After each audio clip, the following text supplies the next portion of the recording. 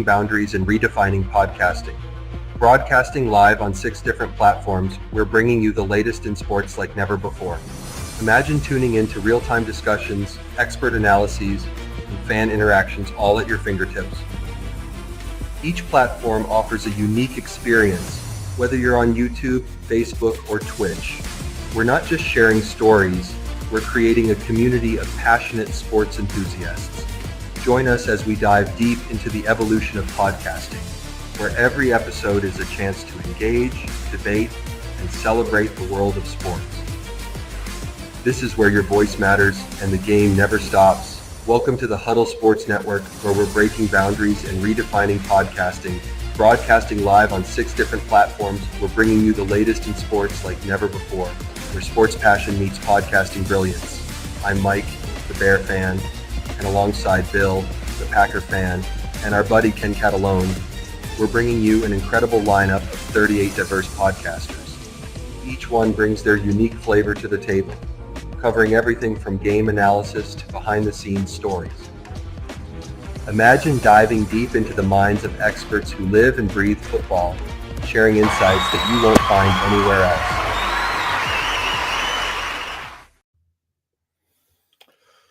What's going on, everybody?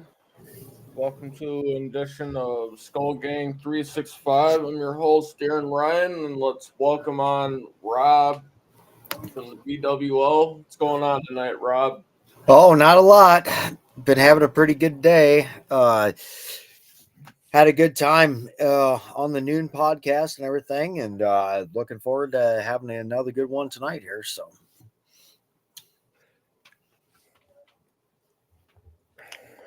Let's see. We got a Lions fan in the comment talking college football. oh, of course, because why wouldn't they? Yeah, I just got done with the open mic on the show right before this one started, so I jumped off of there. So I'm still working on trying to get everything hooked up here. Yeah, well, Andrew, you know who else is a fake tough guy? So let's go back to that Thanksgiving when everybody was getting a piece of the turducken and David Montgomery out of everybody decided to go after a carrot. So let's not talk about a tough guy. Right.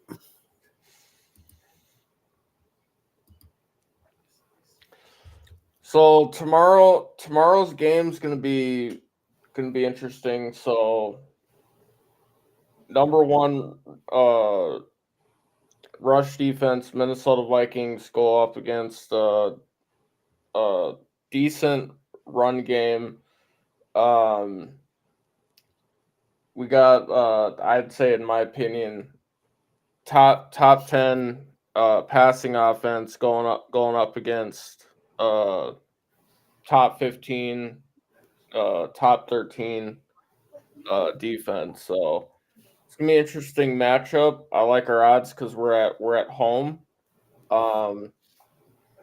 One thing that needs to change is how we play in the second half. We need to stop letting these teams hang around. Like, if we already have a shot to take the game away, there's no need to throw them a rope and let them come back. So I for look sure. for O'Connell to try to better utilize the game planning. Yeah, and one of the biggest things is finishing the games out and not just kind of quitting like we did. You know, What's going on, Sully? Not much. What's going on, you guys? That was fun. That was fun taking Darcy to task, man. That was pretty fun. Yeah, the show right before this if you're watching on TV, if you're watching on Roku TV, that was fun. We had Darcy on there. We were just giving him the old business. Oh my God. He's got me blocked forever. I'd read man. but nah. Gotta love a Canuck. Yeah. What were you guys talking about? My bad. I'm sorry. Oh no, we were just talking about And honestly, I think that we will win by 2 scores. Yeah. To be honest, but they do have a decent running game with Arizona, and Chicago could have been a blowout if we would have not went to sleep and let them score 2 times in like the last 50 seconds. Yeah, of the game. That's the shit that irritates me. Yeah. Or the Jacksonville game and the Tennessee game. True. For example, I was just like, what the fuck are we doing? Like when we had pinned Tennessee down within their own goal line, their backs to the end zone, and all of a sudden Will Levis out of nowhere fucking 98-yard bomb, and I'm like, this looked like Gus Frerotte against the Bears at the Metrodome. Right? I was at that game too, by the way. It's like, what the? I was like, why the fuck do we even give them that chance? And go back and look at it. Kept blitzing, and I'm like, all right, obviously we need to get back into coverage and stop blitzing. Yeah. And 98-yard bomb down our fucking throat. Right. Didn't help that our corners end up getting burned. Most of our secondary was toast on that play, and I was just like, are you kidding me? By a no-name fucking receiver. Yeah, and the funny thing of it is, you mentioned that game from Frerotte to Berrien. I was at that, and the messed up thing of it is I was on my way down to the old urinal stalls, the horse trough stalls. Oh my god! And it's like, yeah. So I turn around, run back up just to see him running in the end zone. I'm like, how long was that? Oh yeah, I tied the NFL record. Nice. Oh, that was good. Oh shit. My god, those old days at the Metrodome, man. I remember going there as a kid and go through the doors and try not to get fucking blown away because the wind whips right through those doors. Yep. So I there was a lot of good things that happened in this Bears game. Like, they decided they were going to put 2 to 3 guys on Justin Jefferson and shut him down. Fine. So this has happened before, and lots of times the team doesn't respond. But Jordan Addison had like 167. TJ Hawkinson had 117. Aaron Jones, I don't remember. It was like 110 or something. It was over 100. The rest of the team all stepped up. And that's what's supposed to happen. Like, if you want to take our main weapon away, we'll kill you with all the other ones. And I'm glad to see that happen. It's just, I don't think our defense can go to sleep in the last minute of the game and just think that they have something won. And all of a sudden, oh, fuck, now we got to go to overtime because we went to sleep on them. They scored 2 times in the past, 50 seconds or whatever. And now we got, I mean, we won, but Right. And am I overly concerned about the Cardinals? No. I mean, you got James Conner. You got Marvin Harrison Jr., the rookie. There's some guys you got to pay attention to, but in our own house, we just can't take Arizona lightly. Right. In our own house, we should win by 2 scores. Right. But should do something and do actually do something, or 2 different things. What are we going to do this week? It's like, I want to see a complete game where we do everything we're supposed to do, and we don't have any of the mental errors, we don't have the penalties, and we don't have the stupid mistakes. Let's actually dominate a team like we did in week 2 against the Texans, or 3 or whatever against the Texans. Right. I mean, if we're gonna have mistakes, limit the mistakes.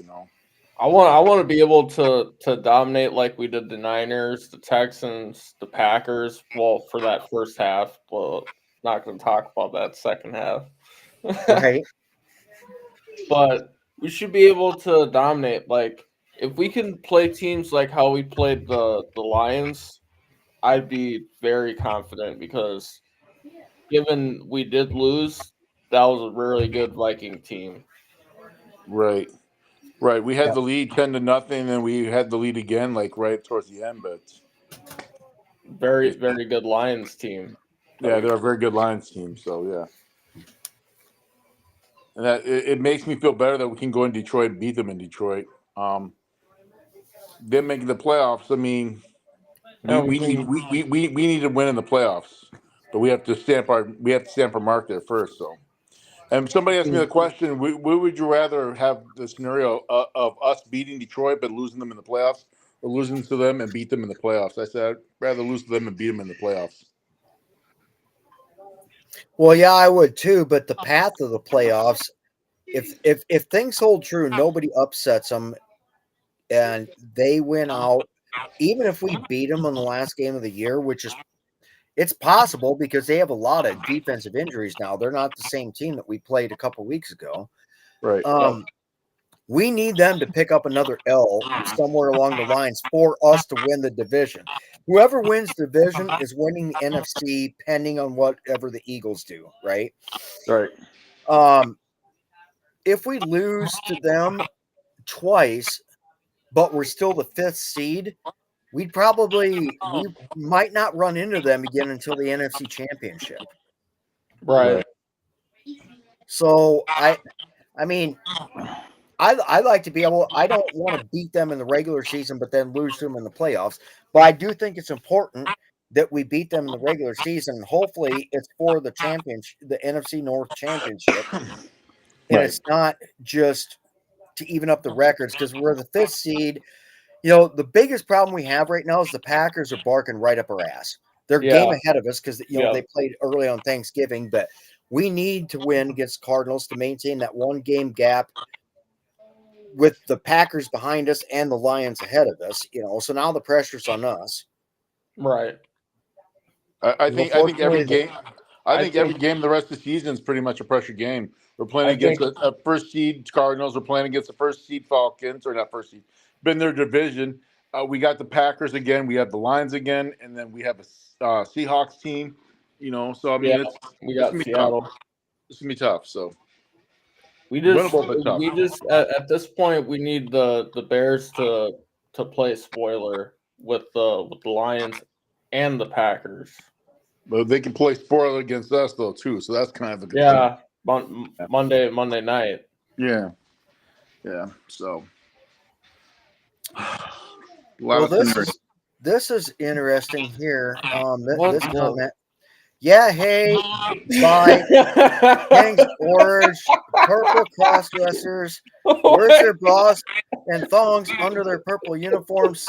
Sick O's. Okay.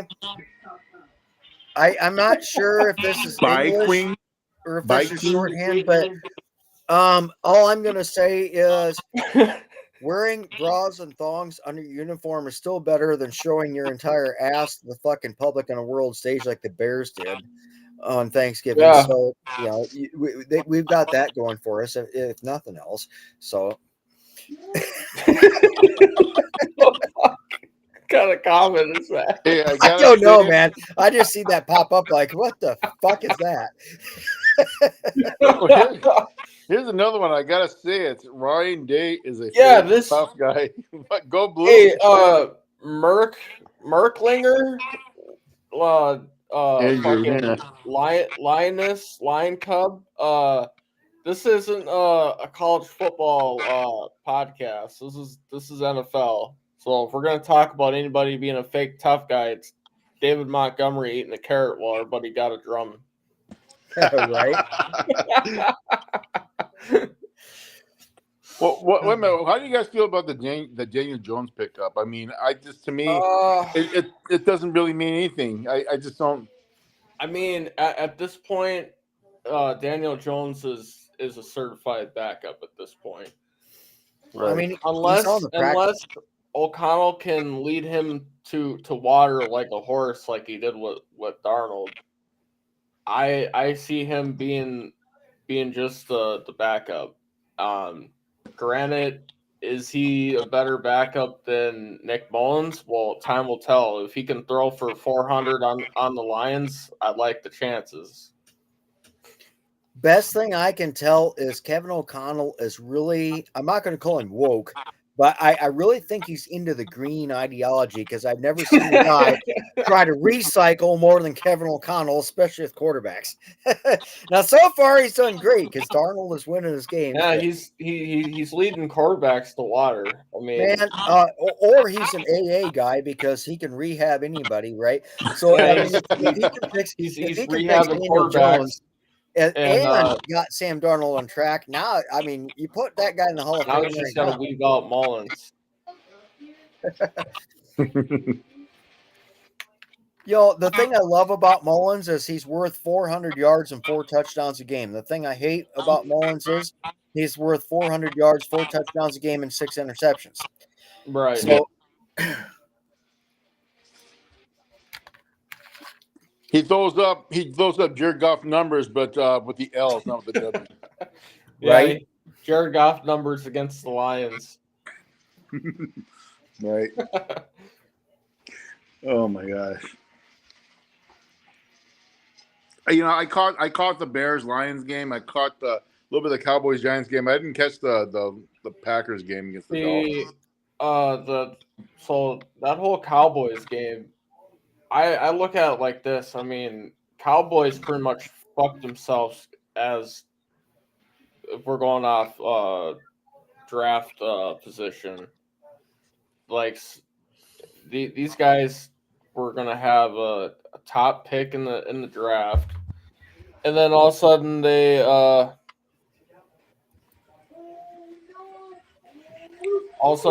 come in and it's just like they want to beat the Giants, and it's like what are you doing now? Now you're dropping further back in the draft, so you're basically just fucking it off for no reason. I don't see them beating the Bengals this week. I think the Bengals are going to be tough for the Cowboys. The Bengals and the Cowboys are basically in the same boat. It's kind of who's only difference is the Bengals got the edge because Burrow, he's no one to overlook. Jamar Chase, T. Higgins. But what is their playoff projection right there? And both aren't. Well, I mean, Cowboys, not really. I wouldn't say they're in the hunt, but in the AFC, I don't think the Cowboys are catching the Eagles by any stretch. No. The they're Commanders not even catching story, the Commanders. Yeah. Yeah, I got Joe Burrow and Jamar Chase on a fantasy team, and when they're good, they're good. But even when they're putting up massive numbers, they're still taking L's. Right. And that points back to their defense. Pretty sure that this game's in Dallas, I think. So the Bengals are 3 games back in the wild card hunt, and the Cowgirls are only 2. Yeah, well, I need the Bengals to come up big, even if it's in Jerry's world. Yeah. I mean, I got T. Higgins on my fantasy, and I got Chase Brown, and that Chase Brown dude's been a stud for me. So, the Bengals are just kind of like the Cowboys. Like, they have a lot of talent, and I don't know what Cincinnati's issue's been this year. They have a lot of great talent, and they're just not doing jack. The Dallas doesn't have a lot of great talent. They have some really, really good talent, and they're not doing anything either. I think what it is with Cincinnati and possibly Dallas is I just think the head coach is probably losing the locker room, and their heart's not into it. That would be my guess. Could be wrong. I just think they lost the locker room. I think McCarthy's losing that locker room, and I think he's on his way out the door as much as Mike Zimmer's going to be out the door too. I mean, McCarthy lost that team in the playoffs last year. I don't even know how he made it back to this year. And then getting that big contract didn't help. They didn't go out and try to make any moves. I mean, the only decent move they made was Eric Kendricks. That's the only move that made sense. And ultimately, when it's all said and done, that team's going to be doomed because Jerry Jones is basically GMing the team. He's making the calls, and he's the only owner out there that is GM of their own team. I was Right. just going to say, until Jerry Jones gives up all that power and just stays as being an owner, he has fucked that team in the worst contracts. They can't get anybody because he's got the most absurd contracts in the world. Yep. And then when they do get people, it's all recycled Vikings from the 2017 team with Mike Zimmer, and he's not doing any better than he did his last 2 years with the Vikings. And outside of CD Lamb and a couple other guys, they don't have shit to show for an offense except for big contracts and underperformance. This is 100% because Jerry Jones is trying to be the GM of his team, and he sucks. He's trying to be Al Davis.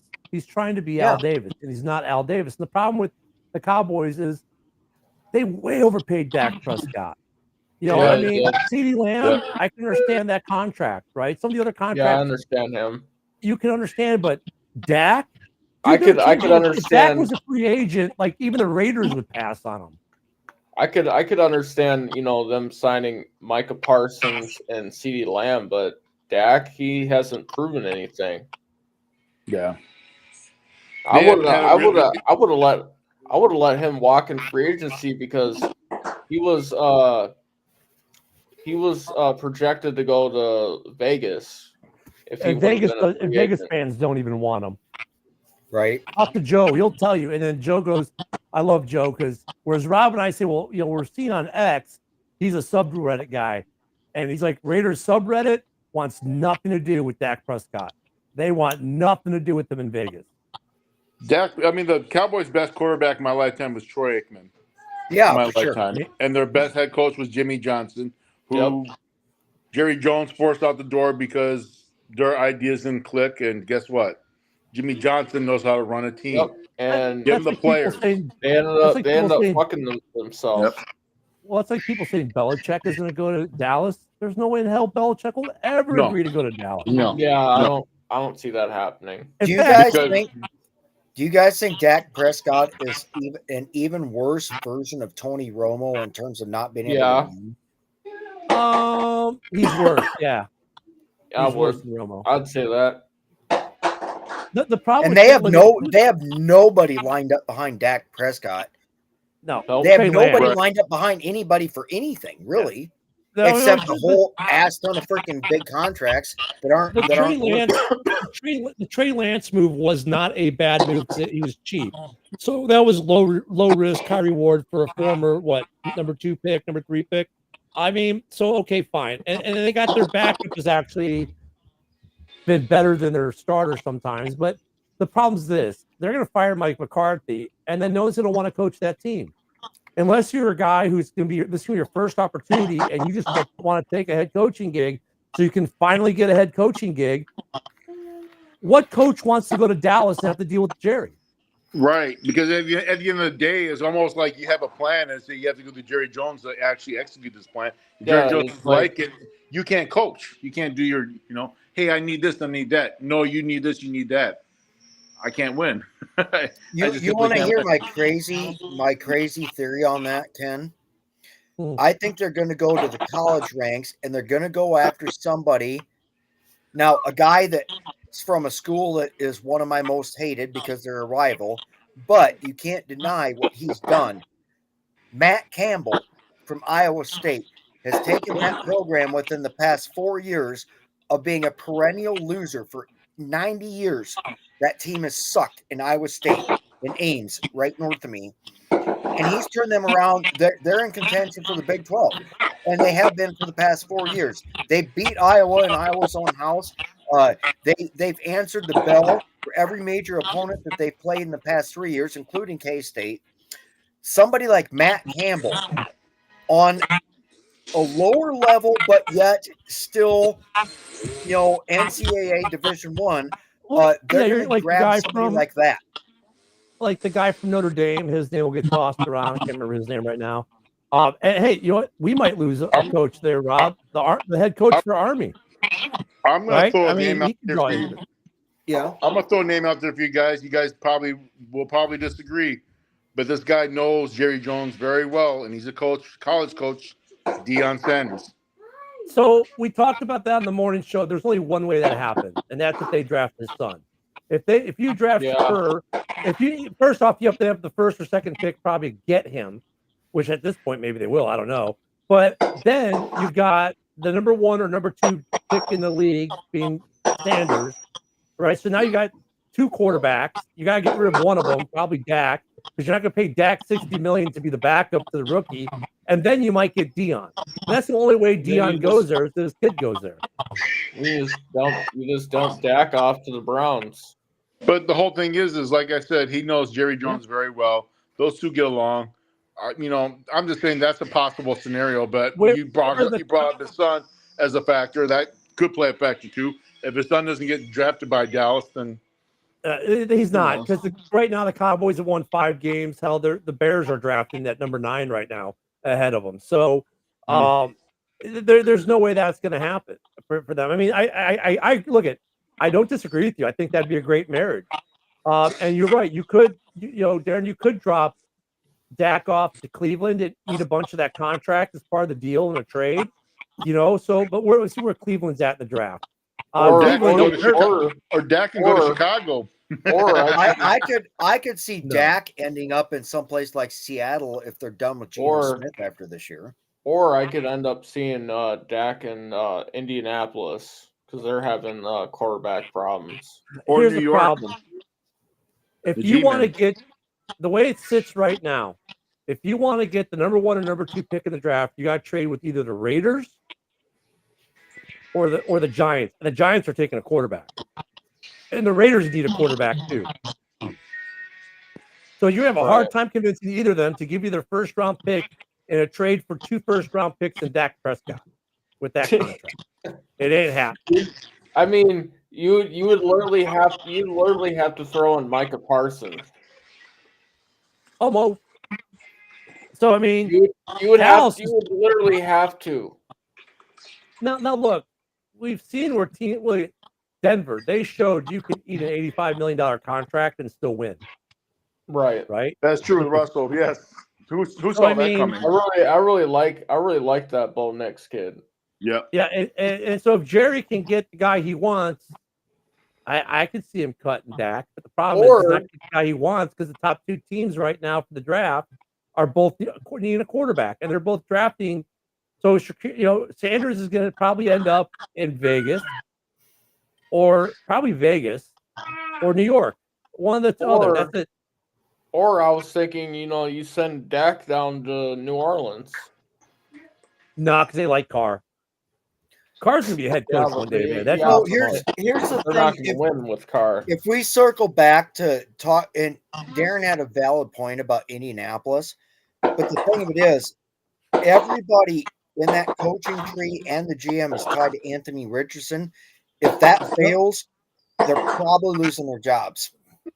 Well, there's one thing that can save them, Rob. Send Richardson to Dallas. Send fucking Dak to fucking Indy. If Richardson gets hurt again, where he's, they can always blame injury and save their jobs that way. I guess what I'm trying to say. They do have that excuse for the injuries. Yeah, I guess. But Dak doesn't help them. He doesn't really help them. Yeah, not really. Otherwise, what do they really? The only thing that's remotely redeeming Dak right now is the fact that CeeDee Lamb is on that team, and a few other guys that'll flash here and there that are older.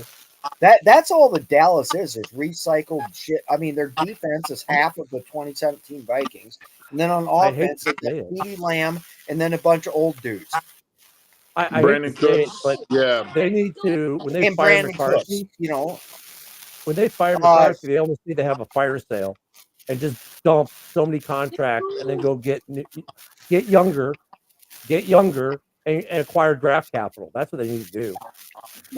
Literally, the only guy that should be safe on that team right now is CeeDee Lamb. Michael Parsons too, yeah. Parsons. Michael Parsons, but yeah. And Parsons is already Trevin Diggs, see you, bye-bye. Well, but they're not Diggs is on a rookie contract, so he's not expensive.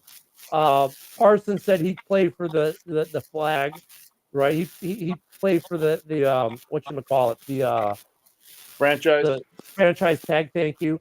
So Yeah, I yeah. mean, they've got some guys they don't have to jettison because like Diggs is on a rookie deal. They can keep him, but they've got a lot of older players that other teams will be willing to trade a 5th, 6th, 7th rounder for that they're paying a lot of money for. Brady Ducks.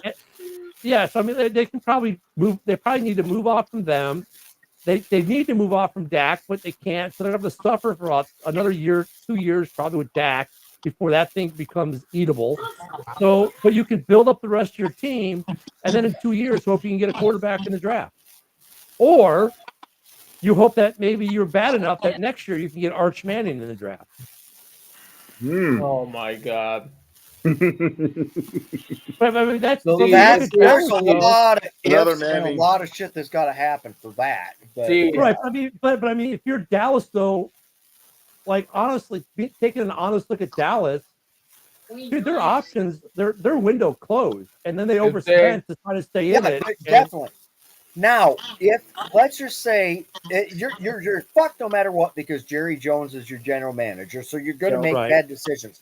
But let's say the Cowboys actually made good decisions. What would you rather have on your team in the next 2-year window, Shedeur Sanders or Arch Manning? And who would you rather build that team around? They're not going to get Shedeur either, Sanders. but Sanders. I got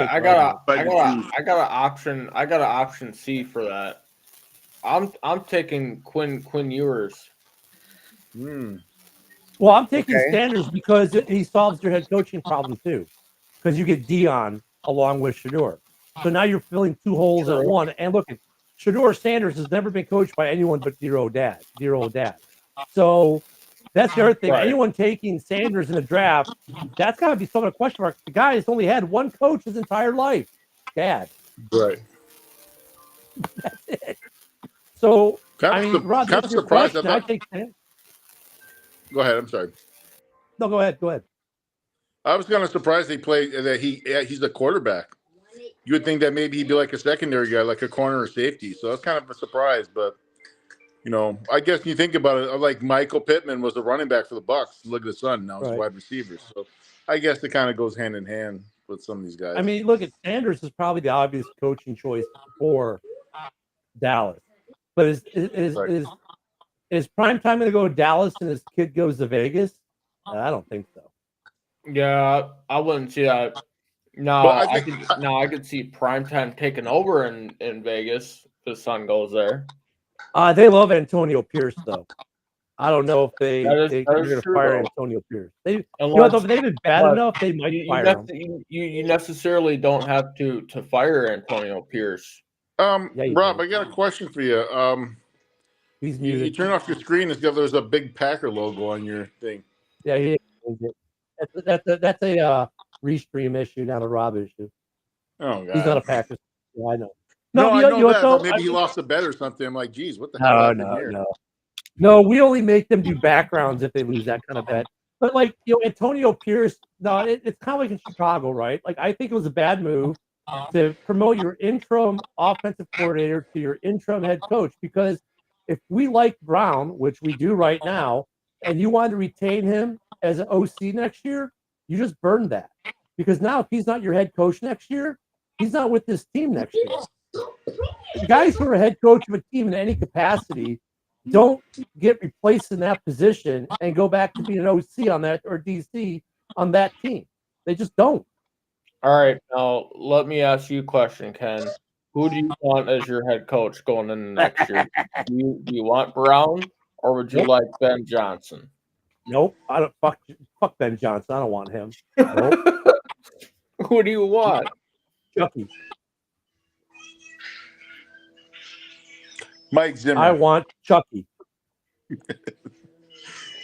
I want Gruden's court case to get arbitrated in the next month or two, and he's already expressed interest on Barstool. I would love. Could you imagine John Gruden in Chicago? Oh my God! Oh, come on! That's better than Ditka. I mean, Ditka had a scowl. Ditka had a scowl, but no one has a scowl like Chucky. So you want Chucky in Chicago? I want Gruden. Oh, hell yeah. Yeah, Chucky. And you know what? Gruden, look at the thing about Derek Carr. Derek Carr is very, very smart, intelligent quarterback. When Gruden left Vegas, the only reason that team functioned was because Carr was the only one who understood Gruden's playbook. The only one in the building who got it. Maybe because they were next door neighbors too. I don't know. But Carr, if you look at Carr, when they fired the coach there, Carr took over the offense. He's the offensive coordinator and the quarterback right now for all intents and purposes. Chucky is a very complicated offense, but I think Caleb Williams, he's already shown that he's smart enough, intelligent enough as a football player to handle a Gruden offense. So, yes, I would love – and Gruden on defense, oh, he would keep the fire on that belly. I mean, if you think Ditka would give you a dirty look, let Chucky give you a dirty look. Who would you want as your D coordinator? You know what?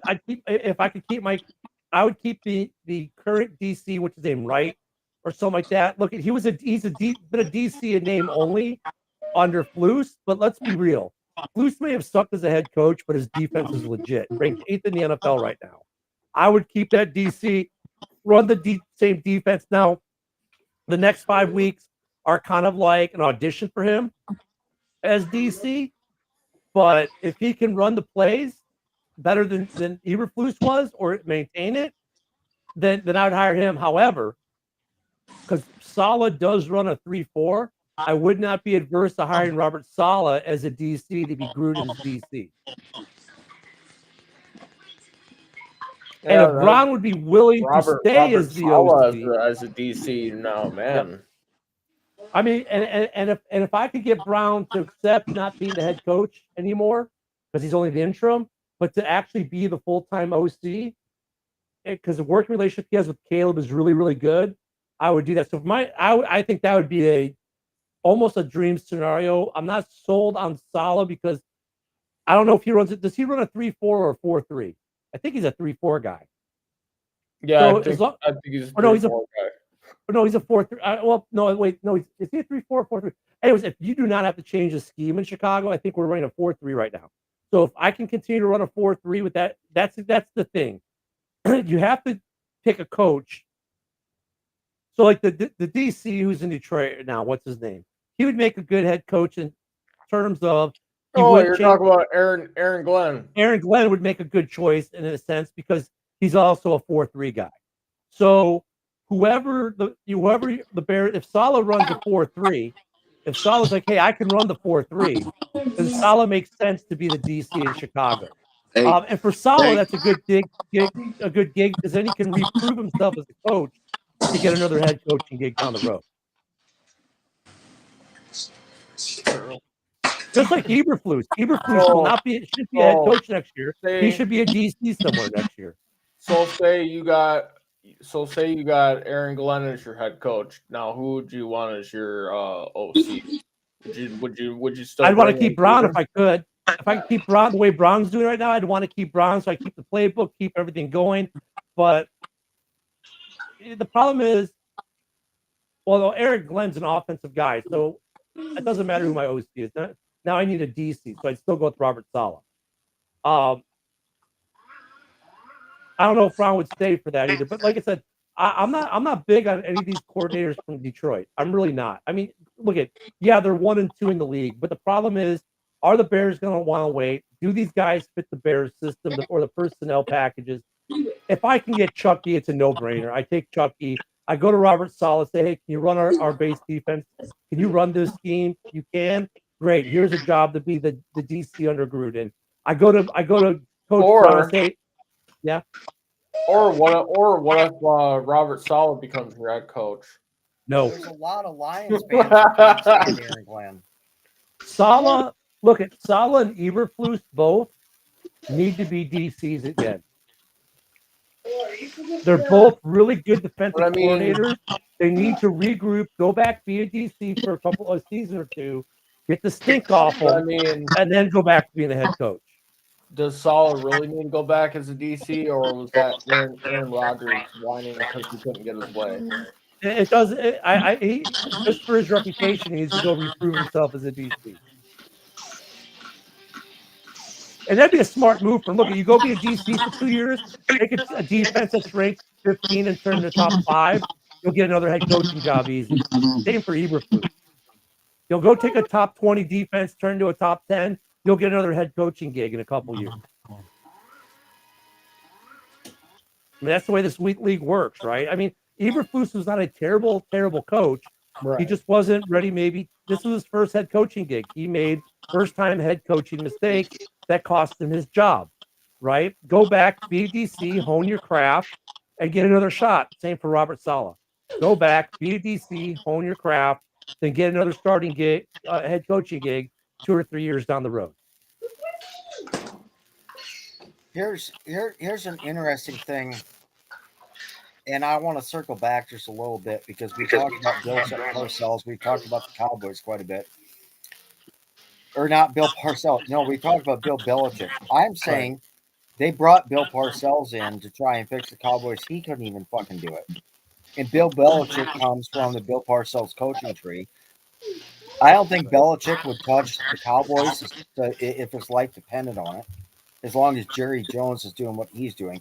Now, the Raiders, that's interesting because of Tom Brady being part of the ownership of the Raiders now. But what do you think a realistic landing spot if Bill Belichick decided he wanted to coach again next year? What's realistic? Jacksonville. Off the top of my head, Jacksonville. That's the Browns aren't going to fire. I don't think the but Browns are going to fire their head coach. He's not going to go back to Cleveland. Kevin Stefanski has done a lot with the Browns, so I don't think they're going to move on from him. I think the only way the Raiders move off of AP is if they draft Sanders. Let me ask you guys a question. If Cincinnati doesn't make the playoffs, do you think they're going to keep their head coach around?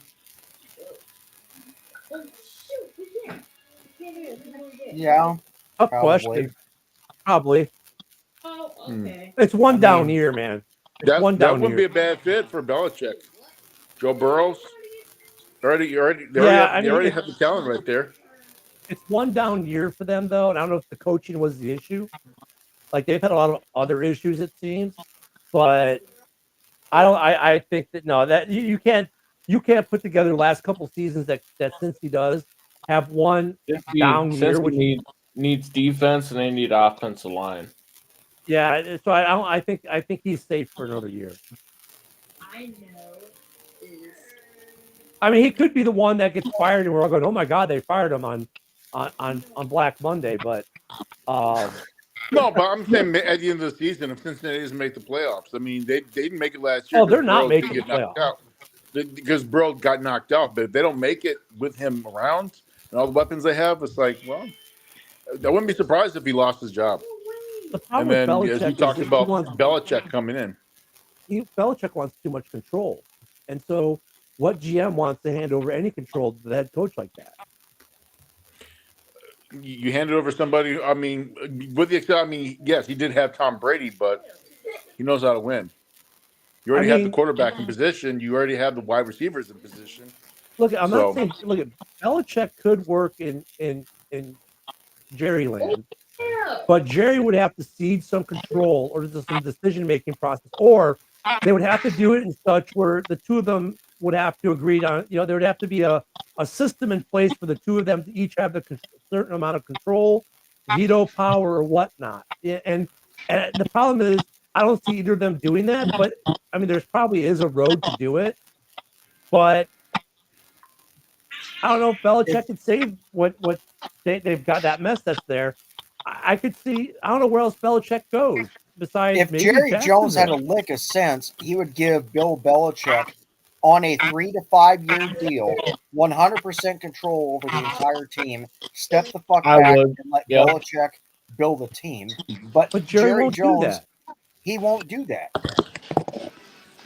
Or that'd be the easy button. Or if you're a Cowboys fan, I could see Bill Belichick going back to the Browns. Remember his coach he left there with a bad taste. That was okay. The Panthers, their head coach is new. They kind of like him. So Carolina's out. Chicago's out because Poles doesn't give him control. The Saints are a possibility. Let me see if the other ones are possible. Raiders, I'd say probably no. Jaguars are a possibility. Not the Patriots. The Titans? What about Indianapolis? Dude, Indy's like they're the eighth team in the conference right now. So I don't know if Indy's in that hunt or not. Or the Jets. The Jets for that matter. We forgot the Jets. Oh yeah. Man, Belichick with the Jets. Or the Giants. Yeah, or the How Giants. married are the Giants to Drabble? Well, I mean, look, Belichick, the experience with New York going back to the Lawrence Taylor days. So could be a What's homecoming. got the better building blocks between the Jets and the Giants, though? I mean, The Jets. Well, Probably the the Giants Jets. probably have a better I mean, defense. Yeah, the Jets, in my opinion, have the better building blocks. But overall, the Jets have better building blocks, I think. Even though the Giants did really good with Malik Neighbors offensively to sign him, but they really built up a really good defense in New York. Both New York teams have good defenses, but I would say that the Jets have more weapons on offense to work with. But they're going to have a quarterback issue because I think Aaron's out of there after this year. They're just going to cut him. So if Mike McCarthy doesn't get fired, say if I'm Bill Belichick, I go to the Jets. My first order of business is I'm going to send Aaron Rodgers to the one place where he's going to suffer, and that's Dallas. And I'm going to make him fucking be on the team with the fucking person he hates the most, Mike McCarthy. right? I mean, look at that. There are going to be quite a few good jobs open. That's what I'm saying. Like with these guys out of all the Bears. Look, Bears fans want whatever his name is, the OC for Detroit, and like why? That whole team. Goff isn't. But Goff's numbers because they've got the best running game in the league, and he game manages. He doesn't do anything special. You put pressure on the guy, he folds like a bad deck of cards. I mean, no, Ben Johnson, no, thank you. Look at the Bears' job is going to be the most coveted job in football this year, this offseason. It is. The Bears are going to have their pick of the litter. I want to interject something, not to get off track, but this is kind of in the same vein of what we're talking about.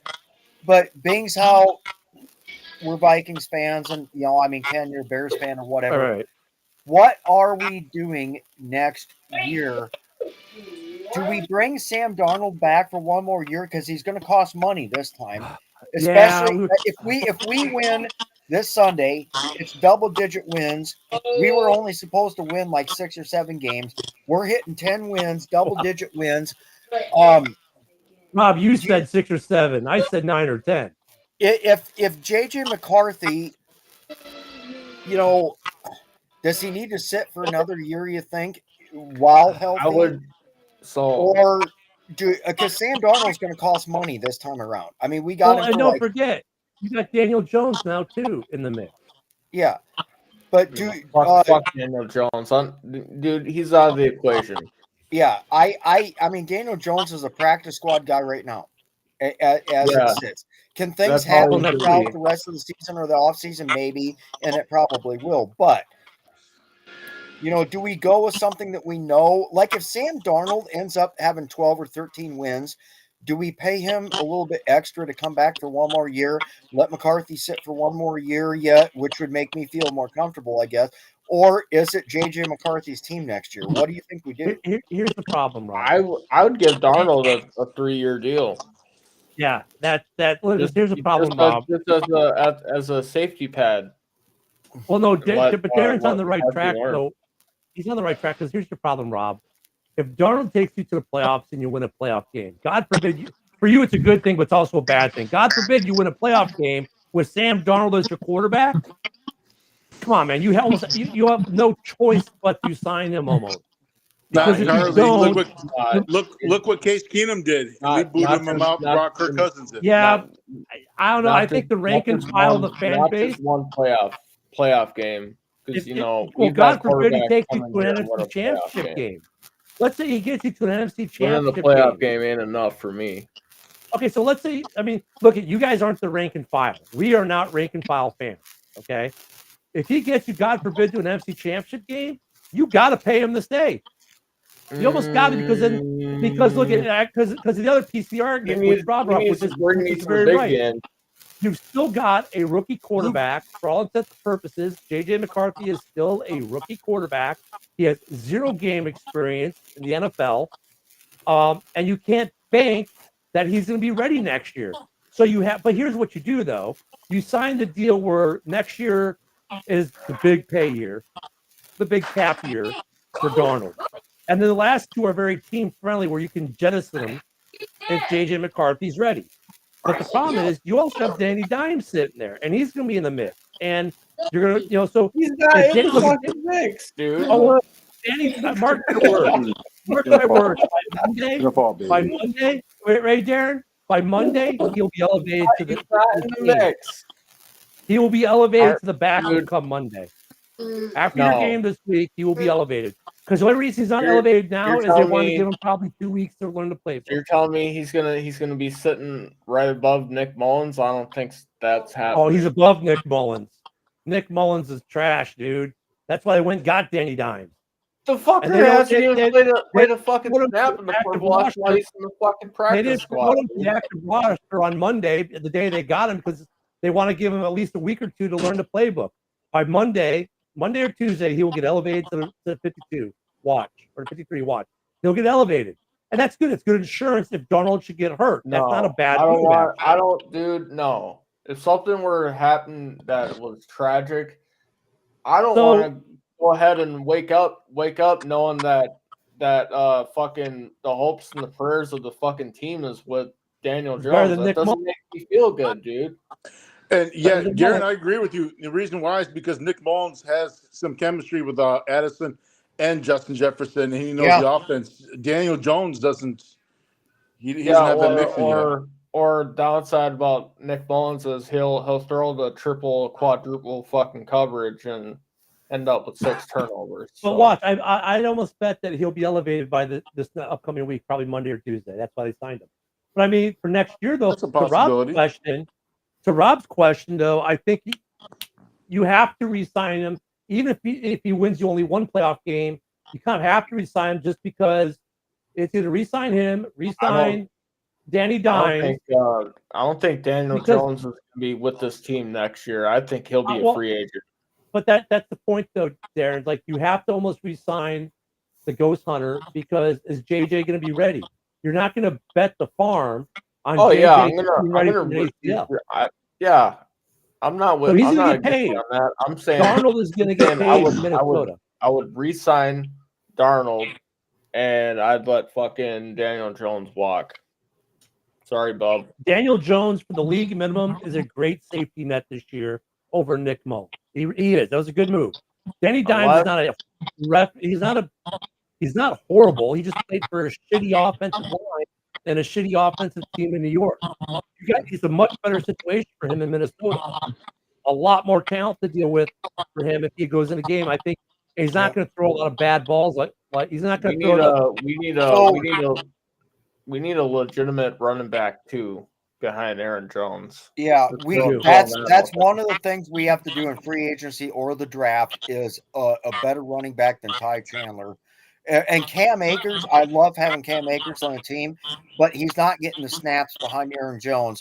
But I want to move to this real quick. So Darian West in the comments says, I say Sam Darnold's performance in the playoffs should determine what the Vikings do with him. Yes, you're not wrong, but check this out. The reason why we were able to get Andrew Van Ginkel, Jonathan Grenard, Blake Cashman, all this stuff that we have going on defense is because we are paying a quarterback $10 million this year, and he was originally going to be a backup, but our rookie JJ McCarthy, who's still on a rookie contract, by the way, so it keeps us cheap, right? Next year, Darnold, if we bring him back, especially if he's a double-digit win quarterback and wins a playoff game, he ain't going to be cheap anymore. We're going to have to pay him money. How does that – I don't want to bring Darnold back at the expense of having to deter away from what we've been building on defense. especially with Right. I mean, Right. these guys are under contract for more than 1 year. Granted, yes, but we need a defensive tackle first and foremost, Yeah. worse than anything. Not just that, but also we need to also put in consideration that Brian Flores might not be around next season. The way people have been talking about him, I wouldn't be surprised if somebody offers them a head coach position. I Wouldn't wouldn't be either, surprised. except for the fact that his lawsuit against the NFL over that Dolphin shit is still pending. I halfway think we're still safe in being able to keep him as long as that lawsuit's going, because I think a lot of teams aren't going to touch him. But if he ever settles that lawsuit, we're probably losing him right that whatever year it is, right after that. Because yes, I mean the guy's earned more than earned it. His chance, like we were talking about, go back and be a D coordinator for a while. So What more for can you next ask year, taking a team? Unless something next happens year- and he ends up inheriting the team. Yeah. So for next year, this is before we get the bump. But right now, you got 38 guys under contract for next year, and you've got about almost $76.5 million in cap. Now we know we'll probably get a $20 or $30 million boost. So you guys are going to be sitting somewhere between, we'll call it 76 and 96 mil with 38 guys signed, which means you got to sign what? Well, the Vikings, the 14, Vikings have more 15? money than God next year. That's not a problem. Yeah, money we also money's have not guys- problem for us next The year. question, I guess, Rob, here's the better question. It's not that if you're going to re-sign Darnold, because it's almost look like you're going to almost have to at this point, right? Because is JJ ready? You got to have a serviceable quarterback. At least, with him, he's going to have won you at least 9 games, maybe 10, 12, 13 games this year. So the question becomes this: how much are you willing to pay Darnold to stay a Viking next year? 1 year, 30. Or I would do, And I would prorate half of that into a bonus. I'd go lowest I do would be 2 years around 28. But I would like 28 annual. throw in some shit in the contract though. Well, Darren, I think he'll get 30 a year if we win double-digit games. Like, if we win tomorrow, we're double-digit winners. Yep. Teams around the league will pay him 30 a year because the good starters are getting 50 a year. I could see us doing 30, but moving 15 of it into a prorated signing bonus that pays out over the next, 3 to 5 years or whatever, however they want to do it, and whatever. I would like to see a 2-year contract, but I bet you if it's 2 years and you're at the 28 average over 2 years, I can see that. But I also think they're going to prorate some of it into a signing bonus and everything as well, because then you can split the rest of that remainder out over a 5-year period if you need to, which makes sense. Well, I'm going to try to find Darnold's current contract and see what his It's 10. It's 10 and some odd change is what he's getting this year. Yeah. Figure the fact that he's been a starting quarterback all year. He's about to be double-digit wins, and if he wins a playoff game, he's getting at least 30 from somebody. Oh, yeah. Yeah. Yep. For sure. But I guess the question is what's more important for him, money or but the big question for a Super Bowl? But the big question is he going to want to go elsewhere? What if he wants to stay here? If I was Sam Darnold, I wouldn't want to go anywhere else in the entire world other than right where he's at with the Minnesota Vikings, because he's never had anything like this in his entire life, and he might not ever again. Right. Right. I mean, which teams could he fit in where actually he's got weapons and there's like a decent offensive line? You're not going to get better weapons on any team in the NFL than the Vikings right now. And yes, Ken, you're probably going to rebuttal this, and I'm not really talking shit, but you're not going to get a better weapons than what the Vikings have right now in the year of 2024 for any quarterback. I don't give a fuck. No. Yeah, I know you're wrong, and you know you're wrong, but that's okay. Let me see. So Darnold actually, he has a void year for next year.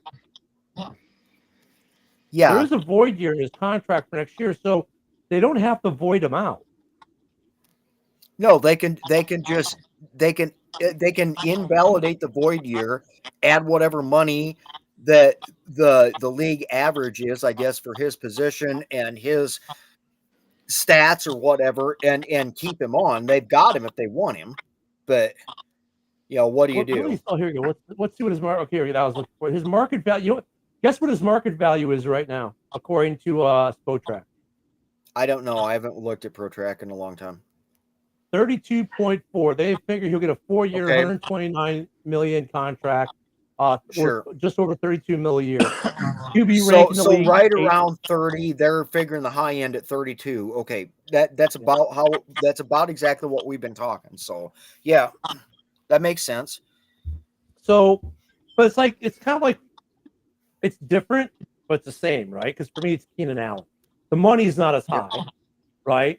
But like for Keenan Allen, I'm like his Spotrac, they say he's worth 16. I'm like, you know what? See if you can get it for 14, your average over 2 years, but make it a cap-friendly deal.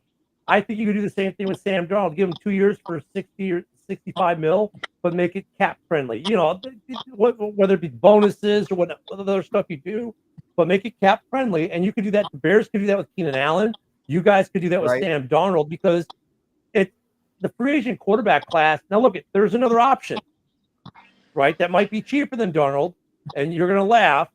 But Justin Fields and Russ, both of them aren't staying in Pittsburgh next year. Probably, they're both free agents. One of them might become free. So if Justin Fields is free, do you take the flyer on Fields and give him a $10 million deal like you gave Darnold this year, and say go make your 32 million a year somewhere else, Sam, and we're going to take a flyer on Fields for 10 or 15 mil? I think Fields will stay in Pittsburgh. My opinion. Yeah, I Honestly, think Fields stays in Pittsburgh. I think Russ. If Pittsburgh does anything, I got to jump off of here too within the next minute. But if anything, Pittsburgh, I think they're done with Russell Wilson and they'll run with Fields next year. Yeah. Okay, so do you take Russ for 10 or 12 or 15 mil for a year? Russ will never play for JJ that McCarthy. Russ would never. He's playing for league minimum right now. Yeah, but that's only because Denver's paying out the rest of his contract to him. Yeah, I don't see Russ playing for that low. Russ is 35 to 38 a year minimum if he leaves Pittsburgh. I don't think many people are going to be willing to pay Russ for that. I mean, he did revitalize his options this year, but highest I would pay Russ would be 35. Yeah. I mean, the other question is outside of Sam Darnold, what are going to be the other veteran quarterback options to be outside of Russ? Not that many outside of Russ. Well, let me ask you a question, Kevin, because you talk about JJ McCarthy. I mean, he's sitting. But he's Sam got to sit out because he's injured. Though. He's got to sit because he's injured. But you're talking about him not being ready for next season. What makes you think he's not going to be ready for next season? Dude, it's an ACL. Who knows if he's physically ready or not? I mean, it's until he's ready, he's not ready. You know what I mean? I mean, sure, they can say rehab is going fine, but how many times have we seen with guys at various positions in the game where they're rehabbing, then there's a setback or something else, or or what if he re-injures it? How many times do we see a guy come off an ACL injury, plays 2 or 3 games, and re-injures it and is gone again? So if you're the Vikings, you don't want to bet the farm on JJ, who has no game experience. Yes, he's been in the locker room, he's been in the meetings, he's learned some things, but 0 game experience, and he's coming off an ACL. So you got to have some kind of bet. He does have the preseason games. He does have the preseason stabs, which is totally different than regular season, but it's not. Right.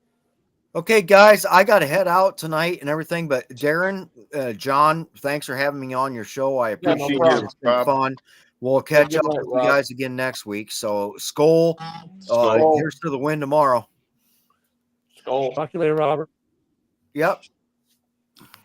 So I mean, you see what I'm saying, though, John? You gotta have some kind of insurance policy because of that ACL. Correct. So what are your options? Yeah. And then, like, the other question though is this: with Russ being a free agent, let's say Russ is the free agent.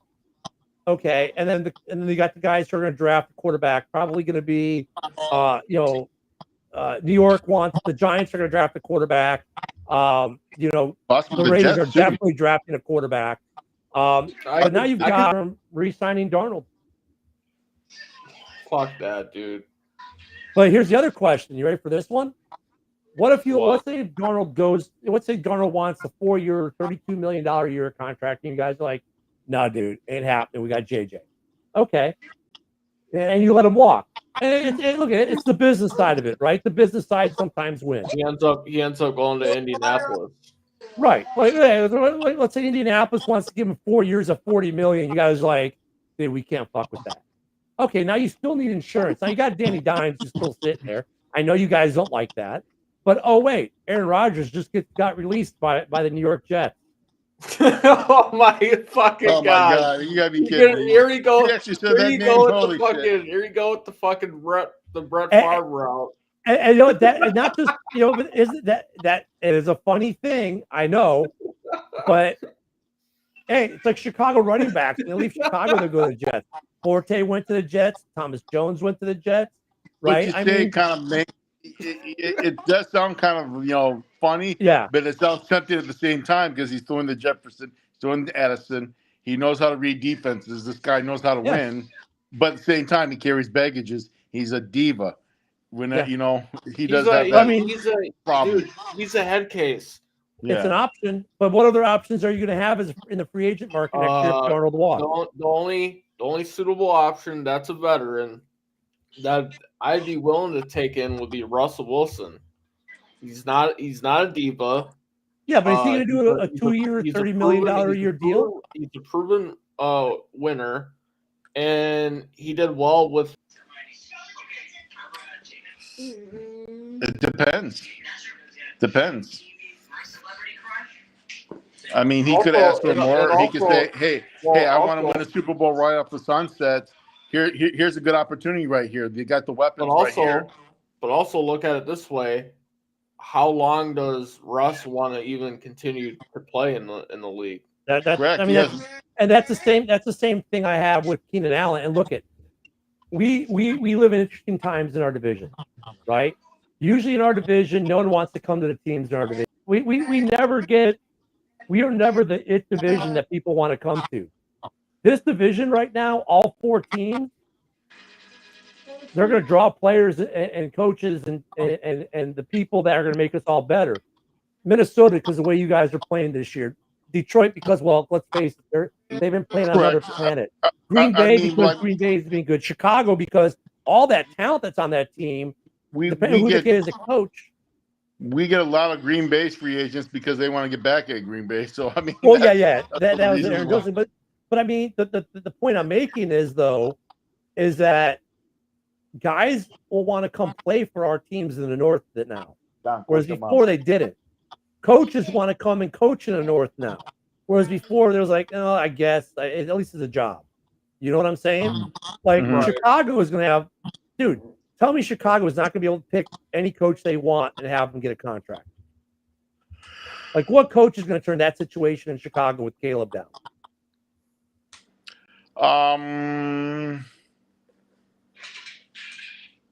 That's true. And that's then true. If they get hands on and they can like, hey, here's the players I need. Let's go get these players. Yes. I mean, with the roster they've already got, though, you're going to get anyone you want. They're going to say we want. And you know what they're going to say? We want more O-line and D-line. And Poles and say, yeah, I was already cooking on that. When I look at Detroit, when I look at Minnesota, and if you need a quarterback, what serviceable veteran isn't it come to play there at the end of their career if they think they can win a Super Bowl or they want to win a ring? I think you guys, if you look at Detroit, whatever they're going to need, same situation. You look at Green Bay, whatever they're going to need, same situation. Because the North right now is probably the best or the second best. It's either 1 or 2 in the NFL. Right. As far as good teams. We're definitely the best division in the NFC. Oh, yeah, for sure. Definitely. Yeah. I mean, so now we're going to get, like last year, Saquon went to the Eagles because the Eagles were really good and was close to home. But now we're going to get that with our team because of where they all sit right now. And look at the Bears. Don't let the record fool you with Chicago. Like these guys aren't looking at the Bears like they're a 4-win team.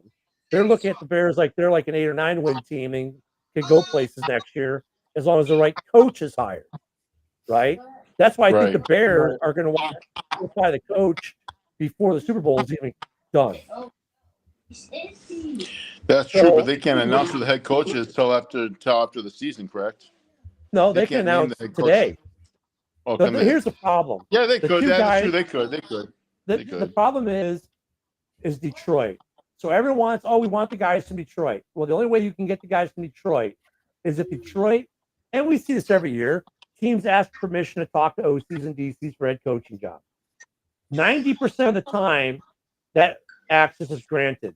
But if you're Detroit, are you going to let your OC or DC take a head coaching job interview with Chicago? No. Right.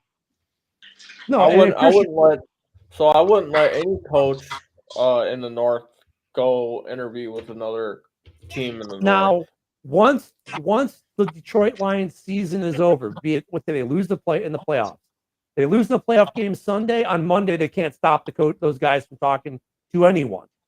But if they make a Super Bowl run, those two guys, the Bears aren't talking to them because they want to have their coach before the Super Bowl. Correct. So that's the problem with those guys. And usually it's usually conventional wisdom, like a playoff team that's had a lot of success. They usually don't talk about them, taking a coaching position until after they're out of the playoffs or they've won a Super Bowl. Well, like who was the offensive coordinator for the Vikings in 2017? What was his name? Come on, Darren, help me out here. I'm trying to think of what it was. He went to the Giants. Yeah. They didn't answer after we lost the Eagles. Pat Shurmur. Yeah, Pat Shurmur. Yep. So but like these guys, when they're in the playoffs, a lot of times their teams will let them interview, and then they got also throw in Kevin O'Connell. He waited till after the Super Bowl. Right. Yeah. Right. But they won't. They can't announce them, but they can interview before the Super Bowl. Right. And a lot of them do. And there are rules. Like I think it has to be. It can only be a Zoom call. It can't be longer than 2 hours. Blah blah blah. There's all those rules, right? But guys interview, and like the Super Bowl happens on Super Bowl. But the problem is the Lions aren't going to let the Bears talk to them, and I don't think the Bears want to wait that long. No, I don't think the Bears want to wait that long either. I mean, I know it's a pipe dream to get Gruden, but goddamn, I'm allowed to dream, can't I? Or you guys end up getting Bill Belichick. I don't know if Belichick works in Chicago, to be honest with you. I don't know if Belichick works. You don't think he would work with Ryan Poles? No, because Poles might get Matt Patricia. Wouldn't that be fun? No. Poles, Mike Zimmer. I don't think. Look, unless Belichick is willing to not have any control with personnel.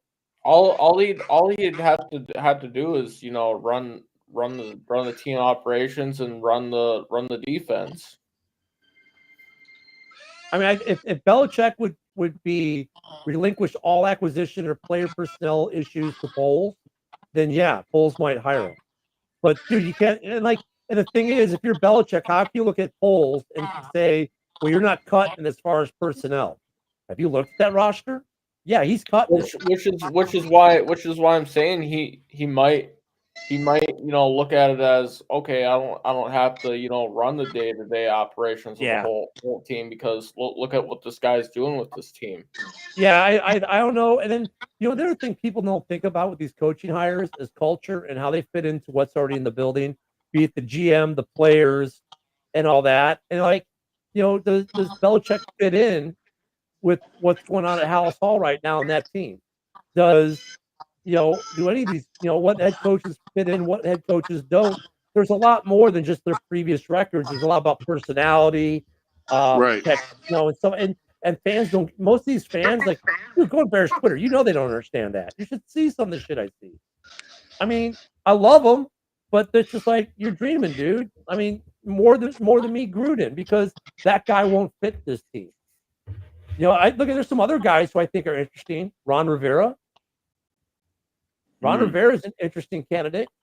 His name will probably come up because he's a former Bear and he was a DC for the Bears, and it always comes up. Singletary's name will come up, and that's a hard no for even me. He's a great player, just can't coach. But Durson will come up again. Right. Or I'm sorry, not Jurison, Leslie. Wow, Darren, you're still running the show. I was just like, damn, you're still alive. Oh yeah. God damn. Yeah, there's no one after us, man. We can take all the time we want. Okay, yeah. Hey, for all the guys, I always thought there was somebody after us. I don't think there is. Yeah. And for all you guys watching on X, you do know you can make comments from X. So please do. A lot of you are on X. Please make comments from X. You can comment during the live stream, and we'll see your comments pop up on the screen. We should have an open mic and just have people come on and start trash talking. Because I was going to say, if there's no one after us, I could talk to Mike and Bill and make me go longer. Well, no, it's not just we could trash talk those two clowns. Yeah, well, remember we had open mic was what 2 hours and 15 minutes ago. We had open mic night, but no, I mean, dude, I think there's some interesting bylines for the off season already. Now, look at the real thing that shocked me was that the Bears did what the Bears did this week, because that just broke 105 years of tradition. True. Like, I've been arguing for weeks. Look, don't even talk me off loose. It's not going to happen. They're not going to fire him. We don't fire people at the end of the season. Black Friday comes around and the Bears fire him on Black Friday. I'm like, are you kidding me? Yeah, in the 100 years that you guys have been the franchise, never fired a coach in the middle of the season like that. Yep, he's the first one in 105 years. Yep. So, well, okay. And you also have reason to fucking to can his ass. I think for him it was more about the way he talked, the things he said, than also you look at it when you guys were in those one possession games where you guys had opportunities to win, and the game was in his hands for him to manage. He didn't. Oh no, I agree. I think he probably would have gotten shit canned at the end of the season, but I think the reason why Poles did it now was because the way he handled it after the game. When he went out there and made that press conference and he was all cocky about, I'm gonna go into San Francisco, and just like, you're not gonna take any accountability for that loss. Well, no, but that's just it. Though I'll give him a lot of credit, because look, even though he made himself look like the biggest fucking idiot in the history of football, he was taking the pressure or the heat round off of Caleb for not, spiking the ball or calling a timeout himself and changing the play. I mean, he deflected all that away and took it all on himself, but he did it in such a stupid way. Poles almost had to fire him because of the way he answered it. He was trying to do the right thing, but he just fucked it up royally. So from what I heard is when Poles went into that locker room after that game, his face was fucking beat red because he was fucking pissed. Yeah, I was too. Like Caleb, spike it, call a timeout, be the quarterback. But also, Eberflus could have called the timeout. He could have. He could have, but the point. But this is where I look at it a little differently, right? I look at this as a great learning experience for Caleb. And look, we knew we were already out of the playoffs before this game even started. Let Caleb learn the 2-minute drill is the quarterback 2 minutes, right? The coach doesn't run the 2-minute drill. The quarterback does. We know that. Every quarterback in the league runs their 2-minute drill. Caleb should have spiked it or called the timeout himself. He didn't. So, but then in the press conference, does Eberflus say, well, Caleb needs to learn? No, he takes the heat round. He takes the blame. He puts it all on himself in a way. But the way he said it was just so jacked up that it created even more of a problem than what it was. So I applaud him for trying to take the heat off of Caleb and not to have heat rounds thrown at his rookie quarterback who just made a massive rookie mistake, right? But Caleb just learned a very costly lesson that he'll probably never repeat again. And Eberflus tried to deflect it. But the way he deflected it was just bad, and that's what got him fired more than anything. Right. Well, we do the exact same thing. What do you know? You wouldn't. If you knew now what you knew then, no, you would have done something different, dude. The way he answered it when he said that got him fired more than anything. Otherwise, they would have waited till the end of the season and reevaluate. Right. I mean, at the end of the day, I mean, the coach, hey, get up there, spike the ball, or call a timeout. Preserve the time, and I think the other piece of that, though, Eberflus knew that we don't fire coaches mid-season. I think he let that get into his head. Thinking, well, I'm Right, safe. and he got it wrong. Yeah, Yep. So I mean I think that's The last time the Vikings fired a head coach in mid-season, I think, was Brad Childress. I believe he was the last guy. Is that correct? I think it's 2010 after we got slacked by the Packers, and that was after we signed Randy Moss, and then eventually we had to let him go because of some. So the second year with fucking Favre. And wasn't it the second year with Favre, or is it the year after that? 2010. Yeah, it was 2010. It was 2011. Yeah. It was Leslie Frazier was the head coach. Yep, we end up firing him, and fucking Leslie became head coach, and Favre went into the sunset and was like, "Yep, not coming back." see ya. Bye-bye. Yep. He got beat up by the Saints, and that was It's just like the thing I don't understand with Brad Childress is like, okay, we had Favre for a year. Let the guy go off in the sunset. The guy did everything he could to take the Vikings to the Super Bowl, and we got to the NFC Championship game. right. That's fine with me. Now let's just go out and find the fucking quarterback in the draft. Nope. Here's Take the question: how safe is your head coach? O'Connell?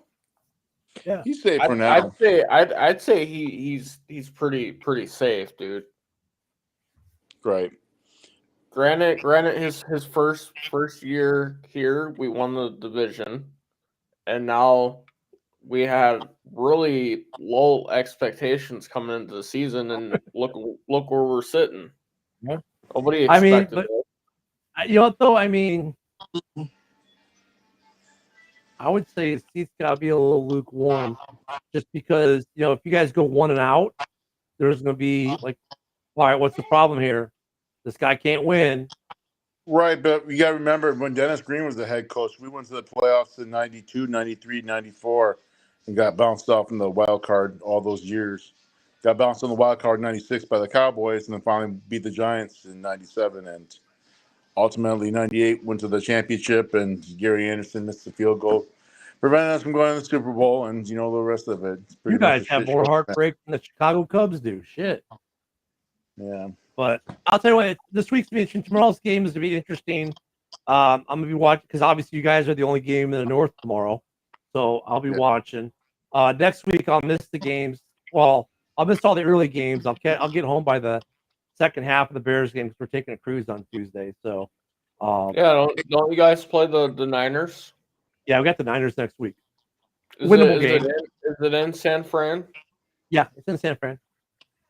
I've got a question there for you, Ken. Can we get Rick Mott on the show one of these days? Can we get him in? Give his If I never see that dude again, it won't be soon enough. I have no desire to ever talk to Rick Mott. I just had to throw it out there because I want to see your response. Or can we do like a live debate between Rick Mott and Darcy Maville? That debate will last 2 seconds because Darcy or Mott will just end up cursing at him and storm off, and Darcy will yell over him and ask if we're going to do a show. Like what Darcy did in the last show on Valhalla, or no, was that Valhalla Last Star? Whatever it was. No, it was on on open mic night. When Darcy came on, he totally killed the show. Darcy, are we having a show? Are we having a good show? It's like, shut the fuck up, Darcy. We were doing just fine till you showed up. He went after you. He was like, Ken, you remind me of my wife a little bit. Yeah, I'm like, and Darcy starts attacking me. I'm like, dude, I'm not the guy you want to attack. I'll just boot you. These other guys like you, Darcy. I don't care one way or the other about you because Darcy's pulled a lot of shady shit on a lot of people. We like him as a punching bag, man. So don't get it twisted, man. Oh, I know, but when he came in, he starts coming at me. I'm like, motherfucker, you went from the 1980s Miami Vice look to like strung out crackhead look. Oh Jesus my God, Christ, Darcy. Darcy's an idiot. All right, well, we're gonna wrap up Skol Gang 365. I'd like to thank Ken the Bear fan for hopping on and joining us for the show. Pleasure having you on, Ken, as always. Yeah. I always enjoy it. John, thanks for coming on. Yeah. So we will find you next week, Saturday night at 8 p.m. Central Standard Time. This is Skol Gang 365. We are out, signing off. Skol. Deuces. So